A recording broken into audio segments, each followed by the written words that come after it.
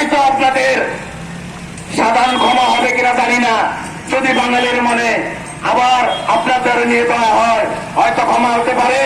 পালিয়ে আর কয়দিন থাকবেন?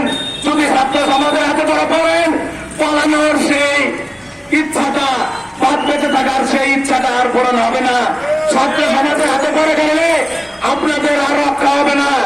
অতএব আমি মনে করি আজকে সারা বাংলাদেশের জনগণ পাড়ায় মহল্লায় গ্রামগঞ্জে শহরে বন্দরে তারা তাদের অবস্থান নিয়ে সক্রিয়ভাবে আছে আপনাদেরকে ধরে ফেলার জন্য।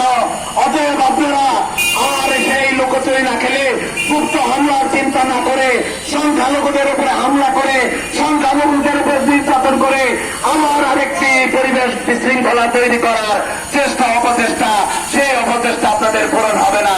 সেই দিন বক্তব্যে বলেছিলাম যে আপনাদের plan A, plan B, plan C কোনো কিছুই পূরণ হয়নি। অতএব আর কোন প্ল্যান তো পরিবর্তন হবে না, আর কোন প্ল্যান দিয়ে আপনাদের কাজ হবে না। আমরা সেই ছাত্রলীগের কথা কি বলবো? ও ছাত্রলীগ তোমার নেতৃত্ব পালিয়ে গেছে। যুবলীগের কথা কি বলবো? ও যুবলীগ তোমার নেতৃত্ব পালিয়ে গেছে। আওয়ামী লীগের কথা কি বলবো? ও আওয়ামী লীগ তোমার নেতৃত্ব পালিয়ে গেছে।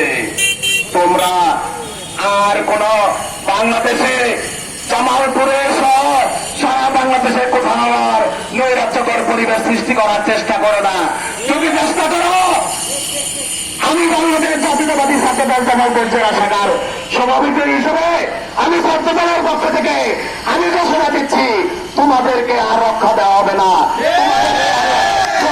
ভেঙে দেওয়া হবে, ভেঙে আইনের হাতে তুলে দেওয়া হবে। অতএব আমি মনে করি আগামী দিনে এই ফ্যাসিস্ট সরকারের, বিদায়ী স্বৈরাচারের, করাপ্টের সরকারের, এই লুটেরা সরকারের যে কোনো অপশক্তিকে রুখে দিতে আমরা রাজপথে থাকবো। আমরা রাজপথে থেকে তাদের অপশক্তিকে রুখে দিব, এই আশাবাদ ব্যক্ত করে আগামী দিনে সকল আন্দোলন সংগ্রামে সকল ধরনের অপকর্মের বিরুদ্ধে আমাদের অবস্থানকে পরিষ্কার করব, এই আশাবাদ ব্যক্ত করে আমি আমার বক্তব্য শেষ করছি। খুদা হাফেজ। বাংলাদেশ জিন্দাবাদ, বাংলাদেশ জাতীয়তাবাদী ছাত্র দল জিন্দাবাদ, শহীদ জিয়াউর হক, দেশ নেত্রী বেগম খালেদা জিন্দাবাদ, তারুণ্যের অহংকার, আগামী দিনের রাষ্ট্রনায়ক জনাব তারেক রহমান দীর্ঘজীবী হোক। ধন্যবাদ সবাইকে।